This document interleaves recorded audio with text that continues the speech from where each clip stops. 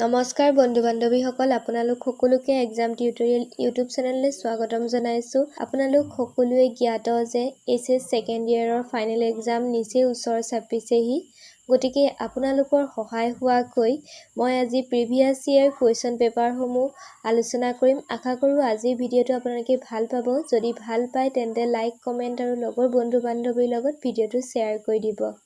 আপোনালোকে যদি চেনেলটো এতিয়ালৈকে ছাবস্ক্ৰাইব কৰা নাই, চেনেলটো ছাবস্ক্ৰাইব কৰি দিব আৰু কাষতে থকা বেল আইকনটো ক্লিক কৰি অল কৰি দিব।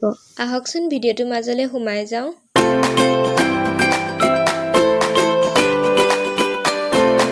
আমাৰ প্ৰথম প্ৰশ্নটো হৈছে the Indira Gandhi national open university was established in. এই খালী ঠাইডোখৰত বহুৱাব লাগিব যে ইন্দিৰা গান্ধী ৰাষ্ট্ৰীয় মুক্ত বিশ্ববিদ্যালয় কোন চনত প্ৰতিষ্ঠা কৰা হৈছিল।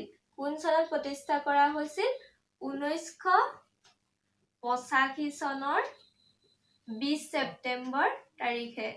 1985 চনৰ 20 ছেপ্টেম্বৰ তাৰিখে 20 ছেপ্টেম্বৰ তাৰিখে Indira Gandhi national open university প্ৰতিষ্ঠা কৰা হৈছিল। আৰু এই বিশ্ববিদ্যালয়খনৰ উপাচাৰ্য আছিল জিৰাম ৰেড্ডি। আৰু এই বিশ্ববিদ্যালয়ৰ বাৰ্ষিক আলোচনীখনৰ নাম আছিল একলব্য। আপোনালোকৰ পৰীক্ষাটো আহিব পাৰে যে ইন্দিৰা গান্ধী ৰাষ্ট্ৰীয় মুক্ত বিশ্ববিদ্যালয়ৰ বাৰ্ষিক আলোচনীখনৰ নাম কি আছিল? তেতিয়া আপোনালোকে কি লিখিব? একলব্য। 2 নম্বৰ প্ৰশ্নটোত কোৱা হৈছে gestalt is a dash word which means whole or total pattern। অৰ্থাৎ গেষ্টাল্ট এটা dash শব্দ যাৰ অৰ্থ হৈছে সমগ্ৰ বা সম্পূৰ্ণ আকাৰ। অৰ্থাৎ এই খালী ঠাইডোখৰত কি হ'ব? আমি বহুৱাব লাগিব। ইয়াত গেষ্টাল্ট এটা শব্দ, অৰ্থাৎ ইয়াত কি হ'ব? খালী ঠাইডোখৰত জাৰ্মান। কি হ'ব? জাৰ্মান। অৰ্থাৎ গেষ্টাল্ট এটা জাৰ্মান শব্দ যাৰ অৰ্থ হৈছে সমগ্ৰ বা সম্পূৰ্ণ আকাৰ। 3 নম্বৰ প্ৰশ্নটোত কোৱা হৈছে the attention which is paid by an individual without any outside interference or force is known as dash attention। অৰ্থাৎ কোনো এজন ব্যক্তিয়ে আনৰ হস্তক্ষেপ নোহোৱাকৈ ইচ্ছাকৃতভাৱে পৰিৱেশৰ কোনো বস্তু বা বিষয়লৈ প্ৰদান কৰা মনোযোগক ডেছ মনোযোগ বোলা হয়। অৰ্থাৎ এই খালী ঠাইডোখৰত কি বহুৱাব লাগিব? ইয়াত কি হ'ব? ঐচ্ছিক। ইয়াত কি হ'ব? ঐচ্ছিক। অৰ্থাৎ এতিয়া আমি গম পালো কোনো এজন ব্যক্তিয়ে আনৰ হস্তক্ষেপ নোহোৱাকৈ ইচ্ছাকৃতভাৱে পৰিৱেশৰ কোনো বস্তু বা বিষয়লৈ প্ৰদান কৰা মনোযোগক ঐচ্ছিক মনোযোগ বুলি কোৱা হয়।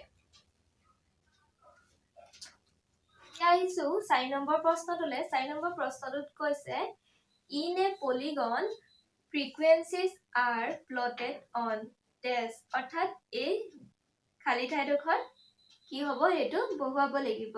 অৰ্থাৎ বহুভুজ অংকন কৰোঁতে বাৰংবাৰতাৰ মানসমূহ শ্ৰেণী অন্তৰালৰ ডেছত সংস্থাপন কৰা হয়। ইয়াৰ খালী ঠাইডোখৰত কি হ'ব? মধ্যবিন্দু। অৰ্থাৎ আমি কি গম পালো? বহুভুজ অংকন কৰোঁতে বাৰংবাৰতাৰ মানসমূহ শ্ৰেণী অন্তৰালৰ মধ্যবিন্দুৰ ওপৰত সংস্থাপন কৰা হয়।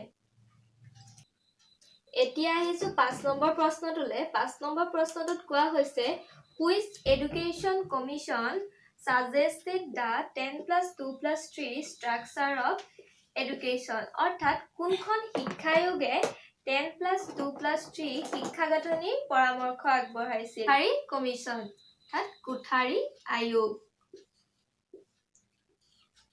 অৰ্থাৎ আমি গম পালো যে কোঠাৰী আয়োগে 10+2+3 শিক্ষা গাঁথনিৰ পৰামৰ্শ আগবঢ়াইছে। এতিয়া আহিছো 6 নম্বৰ প্ৰশ্নটোলৈ। 6 নম্বৰ প্ৰশ্নটোত কোৱা হৈছে who first introduced the concept of correspondence education system অৰ্থাৎ পত্ৰ বা ডাক যোগে শিক্ষাৰ ধাৰণাটো কোনে প্ৰথমে প্ৰচলন কৰিছিল ছাৰ আইজাক পিটমেন কিমান চনত 1840 চনত এতিয়া আহিছো 7 নম্বৰ প্ৰশ্নটোলে 7 নম্বৰ প্ৰশ্নটোত কোৱা হৈছে write the name of the first open university in India অৰ্থাৎ ভাৰতবৰ্ষৰ প্ৰথমখন মুক্ত বিশ্ববিদ্যালয়ৰ নাম লিখা ভাৰতবৰ্ষৰ প্ৰথমখন মুক্ত বিশ্ববিদ্যালয়ৰ নাম হৈছে doctor BR. Ambedkar open university আৰু এই ইউনিভাৰ্চিটিখন 1982 চনত স্থাপন কৰা হৈছিল আপোনালোকৰ পৰীক্ষাত আহিব পাৰে যে ভাৰতৰ প্ৰথমখন মুক্ত বিশ্ববিদ্যালয় কিমান চনত স্থাপন কৰা হৈছিল তেতিয়া আপোনালোকে কি লিখিব 1982 চনত এতিয়া আহিছো 8 নম্বৰ প্ৰশ্নটোলে 8 নম্বৰ প্ৰশ্নটোত কোৱা হৈছে interest is latent attention and attention is interest in action who said this statement অৰ্থাৎ আগ্ৰহ মনোযোগৰ সুপ্ত অৱস্থা আৰু মনোযোগ আগ্ৰহৰ সক্ৰিয় অৱস্থা মাথোন এই উক্তিষাৰ কোনে কৈছিল মেকডুগেলে তেওঁৰ এখন গ্ৰন্থত এন আউটলাইন অফ সাইকোলজি মেকডুগেলৰ এখন গ্ৰন্থত তেওঁ আগ্ৰহ মনোযোগৰ সুপ্ত অৱস্থা আৰু মনোযোগ আগ্ৰহৰ সক্ৰিয় অৱস্থা মাথোন বুলি কৈছিল এতিয়া আহিছো 9 নম্বৰ প্ৰশ্নটোলে 9 নম্বৰ প্ৰশ্নটোত কোৱা হৈছে write the formula for finding out third quartile from group data অৰ্থাৎ সমূহিত ৰাশিৰ পৰা তৃতীয় চতুৰ্থক নিৰ্ণয় কৰা সূত্ৰটো লিখা ইয়াৰ সূত্ৰটো কি হ'ব ইয়াৰ সূত্ৰটো হ'ব Q3 equal to L3n/4 minus CF divided by FQ into I এই সূত্ৰটোৰ জৰিয়তে তৃতীয়